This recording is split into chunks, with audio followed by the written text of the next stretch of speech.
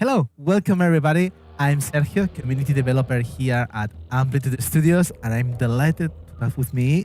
Hello, I'm Derek Paxton, the game director for Endless Legend 2, the game that we're going to be showing you today. Let's jump straight to the game. Here we are on the selection screen for Major Faction. Today we're going to be playing Necrophages, right? Yeah, we built the Necrophage for Warmonger players. They are great at going out and being at war. They are not built for players that want to go through diplomacy for most of the game or just want to peacefully build. There are other factions for that, but the Necrophage, they grow by consuming their enemies, the world, territories, everything. For those that may not be familiar, Endless Legend 2 is a fantasy 4X game, sequel to Endless Legend that came out in 2014. We had a long time to think about it. It's set in a new world. There are some new factions and also some returning ones. The Necrophage were in Endless Legend 1, and Warmongers there too, but they have a few new twists. One of the big ones is they can only have one city in Endless Legend 2. And then we did that so that players aren't really focused on the economic side of the game. They have plenty of attention to pay to spreading, to getting out there and fighting war. Everything goes back to their one core city, which is the hive of their queen. Hive-minded. Yes. But it can be a huge city. They don't have an attached limit. So how many territories they can pull into their one city is unlimited, unlike every other faction of the game. So it can become a massive city. Straight from the beginning, that's your objective as the faction. Absolutely. Consume Sayada. That's your primary objective. So that's almost telling you from day one, day turn one, what is you need to do. So yes, let's start exploring, because that's something that we try to change a bit how 4X is doing. There is no need to make your city on turn one. You can take your time to explore and choose the best location, because it's really important as Necrophages, because as you mentioned, it's one city. So I need to explore a bit more to see where is the perfect location for me, my hive mind city. Yeah. So take your time when you're playing to look around as you're doing, trying to find that perfect location, because as you said, you only have one. Seeing some minor factions out there that will become dinner shortly, I'm sure. Indeed. I'm trying to looking for some terrain that is primary food, because we need to grow for base population. Yeah, a couple good ones this out is there. juicy, actually. Yeah, that looks really nice. It's in a Blackhammer region, that minor faction that's down there. Oh, no, Solusk. Oh, I'm sorry. I thought there's like a Solusk are just as nasty. Yes. Hola, here's our neighborhood. Okay. The Last Lords. Also a returning faction. Yes. Actually, from EL1. Yeah, they were the Broken Lords in Yes, EL1. Now, most of them have perished, and the few that are the last ones that remain are the reason they're called the Last Lords here. Okay, I think it's time to settle. Good. We'll have some space. By Solusks. Exactly. Okay, far away from other players, give you a little room. Yeah, it does. It looks like a nice little area. Ooh, this 9 also is really juicy. Some tree dust coming in because it's right by an anomaly. I'm gonna get the curiosity up. Oh no, the Hydrocorns, they are really strong. No, sorry. Straight here. Yeah, I know it's gonna be suffering for sure. from the beginning, but you'll deal with them for that. Some of the minor factions in Endless Legend 2 start out hostile, and they will attack you, and some of them don't. In Endless Legend, they were all hostile, but now you can kind of look and you see the Solusks and the Hydrocorns are hostile, which means, as soon as they start putting armies out, they will come for you. And here's the questline, which is unique for each of the factions, because each faction has different counselors, different characters you're gonna meet afterwards, and also is a way for you to understand how the faction work, because the quests are kind of tied on some of the mechanics. Yeah, we want to make sure that it isn't just that the factions are mechanically different, but they also have their own unique perspective in the world and their own story to tell. So you get to experience a different story if you play as different factions. And this is the perfect moment for me to showcase how works the boroughs, because you mentioned this is something unique for the Necrophages as well. This is the boroughs. These are ways to expand the city and how we can conquer new places, and also a way of transportation that is the perfect moment for just leave the borough in the doorsteps of the Last Lords when I'm just moving away. Okay, let's start consume people. Yeah, since they only have one city, we still wanted to allow them to spread very quickly. So the boroughs allow them to do that. They can build boroughs in other regions and quickly move between any of those regions very easily. So you've already put a burrow down, so you can jump over there if you really need to. Yeah. You may think that with only one city, they only have one production queue. So how in the world are they going to build all the armies that they need to be able to feed this war effort? But they have a special ability that when the Necrophage win a battle, they get a free larva. So they can get new units just from going out and fighting, which is what you are doing now. Yes. We can enter more into the details, but can you tell us more how the combat has moved from EL1 to EL2? Oh, absolutely. So in Endless Legend 1, you had a little bit of control over battles, but in Endless Legend 2, we really wanted to expand that and allow the player to be able to make specific choices and moving and attacking, and even with heroes to be able to use special abilities with each of their units. Give you a little bit more tactical control. It was important to us, though, that battles still stayed fast. We don't want a player to be coming into battles and fighting it for 20, 30 minutes because it's a 4X game at its heart. You know, you have to remember all the things you're doing at the 4X level. You know, what am I expanding? What quest am I going on? What territory am I trying to take? What resources am I trying to gather? So you don't want players to kind of forget that because they were in a battle for 30, 45 minutes. So it's still very short battles, as you can see down here, that 8 rounds before we force you to stop and say, okay, it's been 8 rounds. We're going to call this a draw. And then you can pick up again next turn if you want to kind of keep that under control. And we lose one of our units because they are the larvas. They are really weak. Yeah. Because the idea is like they can evolve. And no worries, because this is something, as you mentioned already, from the Necrophage, we get a larva each time we have a battle. Yeah, and those 21 corpses. So corpses are used to expand their city as well as to upgrade the units, which you see right here. So which is huge if you compare. Yeah. So I'm going to go literally for the feeders because this is a unit that I really like, and also because I know this unit, I love it. Oh, yeah, that's an really expensive unit. 50 corpses to be able to do it, but really nice. Okay. Yeah, they're the only faction that can upgrade their units anywhere in the world. They don't have to come back to their own borders to be able to upgrade their units. As long as they have corpses to feed their units, they can upgrade them anywhere they are, which creates that rolling tide of doom. Oh, found some nice armor. Yes. Good. Yes, and we didn't manage to get level 2, but well, next battle is going to be a quick leveling because we're going to fight all the time. Yeah. This is some random events that you can encounter every time you get a curiosity, which is really nice. The money, the dust is really good. And now, Sayada. Ooh, an item. But I think this one I cannot use it actually with my hero. No, he's not a defender. It's okay. I can get the money. I can get the dust. It's always nice to have the dust because units have upkeeps. So it's always a bit complicated to manage all your economy because you want to have a huge army, but then maybe you don't have the money to support it. Oh, yes. You're just over destroying the consortium. Where did that army go? Where did it went? No!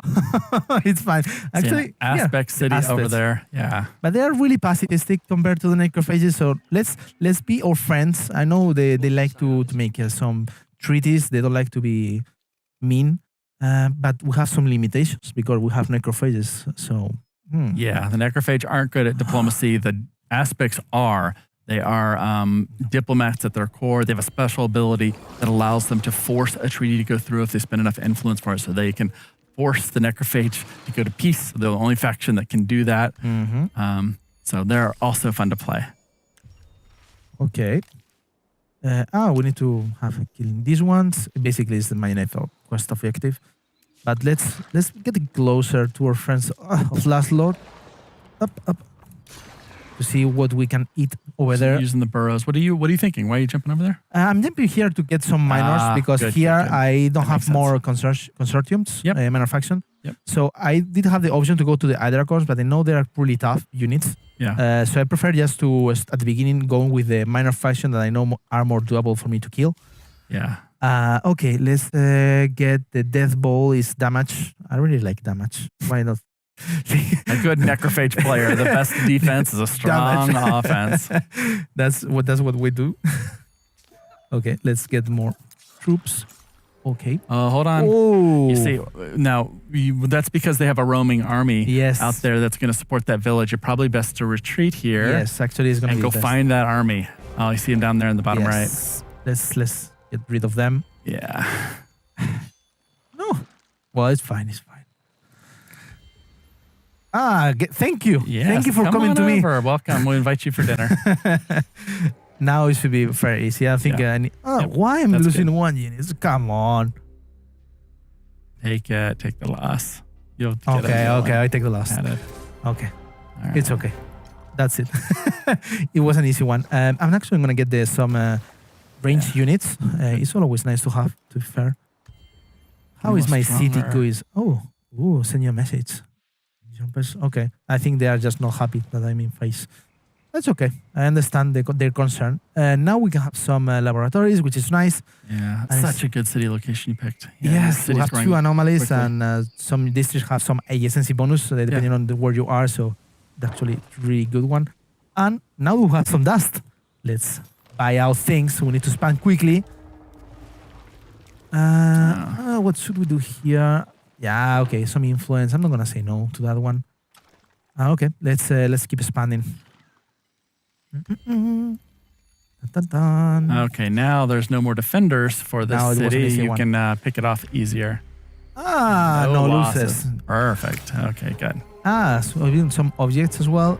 We have no space here, so I'm just gonna do some auto explore so they can explore a bit more, getting some curiosities, while I can just keep rolling the machine of the war. Yeah, if you keep them close together, they can reinforce your battles. So you aren't limited to just the units in your army to fight the battle, but you can also pull in one other army. So if you keep these 2 armies close by, they can both join and help support you. Yes, but the thing is, like, I'm seeing that they have really low HP, Yeah. which is not ideal, to be fair.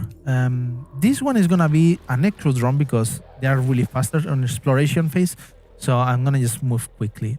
And I think what we should do actually is jump to a future and showcase a bit more on how a game could be a bit of the mid game. All right.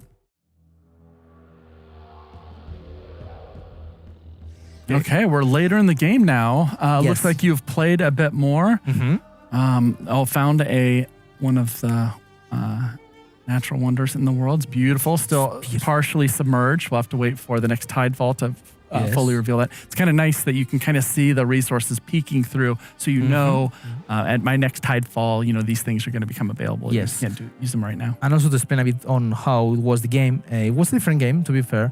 I played it on my own.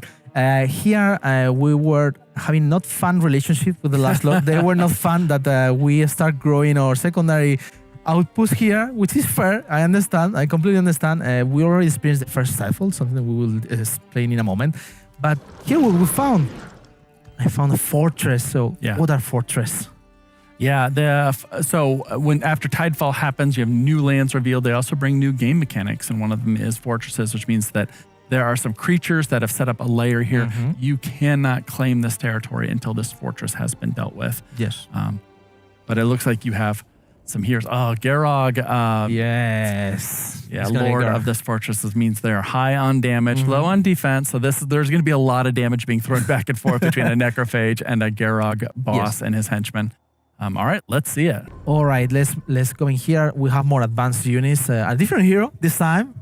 And also what I wanted to show to everyone, my beloved behemoth. Oh, the big expensive behemoth. The big one. Yeah, they are tanks for sure. Okay, let's move my units to getting closer. I have 2 ranged units that I need to protect the best I can, of course. And they have plenty of units, so let's start. What do we have here? Seals, why not? But it's not my main objective, actually. My main objective is some damage. I'm going to try to just kill. So yes, and then with the behemoth, I'm going to try to block trying to keep them away from your archers. And it looks like you're going after the henchmen first, just to kind of take down their damage output. Yes, and this one is going to block the main hero because otherwise he's going to straight on my ranged units, and there's something I don't want, to be fair. Yeah, they get attacks of opportunity if he tries to rush by the defender, so this should be pretty good. The AI will try to get as close to the range as possible because if a ranged unit has an enemy adjacent to them, they get penalties. Here we go. Oh, he's going to take the hits and go for it anyway. Oh, no. It's probably a good move. The AI is nasty. It's doing good. It's doing good. Did you see him smack your behemoth and it just shrugged it off? 2 points of damage. Just nothing. His hit point bar didn't even change. That's why you love them. Okay. He's getting out of my damage. It's okay. I think actually I have a nice item. It's a consumable. I can use 1 time only, but it's worth for me. I'm gonna just actually yes. Yeah, consumable items are also new to Endless Legend 2, so they are powerful, but just like you Nice. said, only one time can you use it before it goes away. So basically, it was nice I take down that one because even though I'm gonna take, as you mentioned, the attack of opportunity, it is worth for me to just an AoE splash damage to all the ranged units. Yes, you'll get penalties to both of those units for doing it, Boom. which is great. Oh, and did a lot of damage. This one too. is gonna die Almost most dead. likely, but yes, actually, even though I know he's gonna die next turn, this one I'm Well, sure. he's going to absorb a hit at least, so that takes a hit off somebody else. Huh. What should we do? What should we do? Should we just... Yeah, actually I'm going to take down all the ranged units, even though it's going to be a suffering for me. Yeah, okay. You still have your hero there. They have their boss. Are they going to waste an attack? Yep. They're going to finish off your larva. That's okay. It's That's okay. You still got... They have 2 units left. What should we do? This one has 45 damage. This one 60. Let's take down here this one the best I can. I think this way I'm going to be able to remove it from the terrain. Okay, perfect. Now it's And everybody this one is a bit against the tricky boss. because they cannot run away, and I know they're gonna die. Yeah, they can, but they get that attack of opportunity if they did. So he's gonna try to finish off your range, but you still 4-1. Yeah. Against the boss. Here, no, here. What? It's fine. Ali. I thought I think I'm gonna kill him this turn. I was a bit worried if I need to shield down my troops, but actually I don't think I'm gonna need it. Perfect. Good job. Well done. With plenty of things that we got. Defeated the denizens of the fortress, got lots of equipment. There are lots of great equipment by defeating fortresses too. You get lots of experience points and equipment, and you have a free nest in this area. So it worked out really well for you. Ooh. We found a world hero. That is Opbot. So there are unique characters roaming the world, not controlled by any player, but controlled by that just exist in the world itself. Opbot is a popular character from the Endless universe that you've run into here. Yeah, but I don't like he's asking too many things. So unfortunately, I need to do what I need to do with. They are doing their own thing. They can be dangerous. There are different ones out there that you may run into, but if you do enough for them, you may be able to recruit them, get them to your cause. So some players have been able to get Opbot to join them and earn him as a hero. Yeah, but in my case, I'm just gonna choose what I need to do. Yeah, it's not an easy task. For sure. Actually, world heroes are pretty unique in terms of their skills. I don't want to enter into details, but this one of people is quite okay because it's more like a chill hero. But you have, I don't want to spoil the names or anything, but there are some other heroes that are famous from our previous titles. Yes. Hola. It's fun. Mixes up the game. It isn't something you're going to run into every game at all. It's honestly very rare to see Opbot. I can't tell you how long it's been since I've seen him show up in one of my games. So a guest appearance today. Yes. And what should we do with him, actually? Should we just try to take him down? You're going to try to kill Opbot? Yeah, but now we have another problem. Yeah. Okay, this one I'm going to just... monsoon is happening. What is the monsoons? This is all right. So the world is going through cataclysmic change in Endless Legend Midwinter, but here we wanted to take that up a notch. So right now what you're seeing is monsoon, these massive storms that are striking the world. During monsoon, there are special curiosities that appear that reset your unit's movements and heal them. So you can grab those to make to move all over the world and to get healed, to keep fighting. So it's a very dangerous time. Great for the Necrophage, but also all the minor factions become angry during this time, enraged, so they will all attack you. So the world becomes very violent. And then, so it's the moment in which you have more council opening. Yeah, basically, this is something. Yeah, that your character, the notables in your empire come forward to try to help, and you can decide how you want to use that help. It allows you to kind of customize your empire. And you know what I'm gonna do? Actually, I don't like the last lore on my frontier. Oh, even better. Thank you. What? Really? Wow. It's a monster. Yeah. Okay, I'm gonna retreat that one. Wow, I didn't expect this outcome. Yeah, I probably want to upgrade those units. You may have a different outcome. Actually, they are already upgraded. Oh, what is happening? The tidefall is happening. Yeah, so So what's Tidefalls? After monsoon is always followed by tidefall. So this is where the oceans will recede and reveal new land for the player. We really love the exploration part of 4X games. You get out there and you can explore the world and find new regions and new resources. And we didn't like that it just happened at the beginning of 4X games. We wanted to extend that. So a couple times during the game, tidefall will happen, new lands will be revealed, and it changes the map. So you have a chance to go out again and check out these new territories, as you can see right here.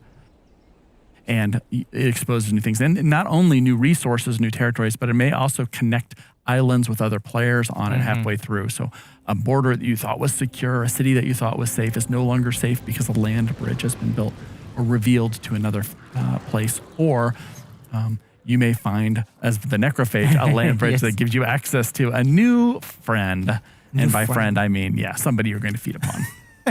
And you know what? As we have the natural wonder here, I'm just going to take the opportunity to claim it because you have a specific reward when you spend natural wonders. Yeah.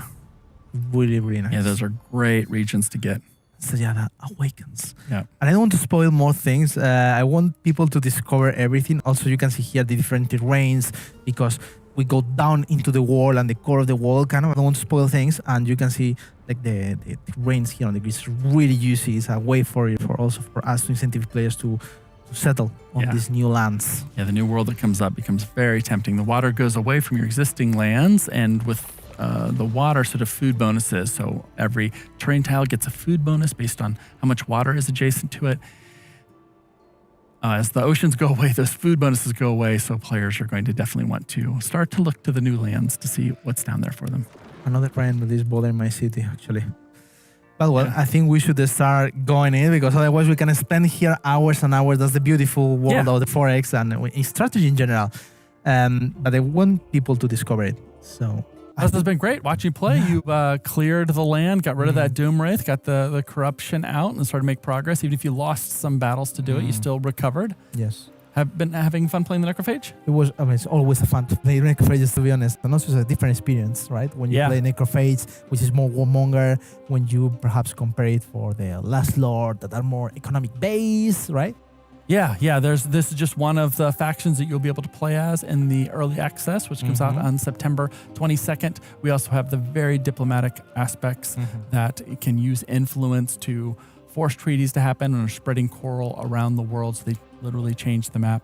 Our defensive-minded Kin of Sheridan, which are great for players that want to build up their borders and dig in and just build big connected cities. And the Last Lords, as you mentioned, which live and die by dust.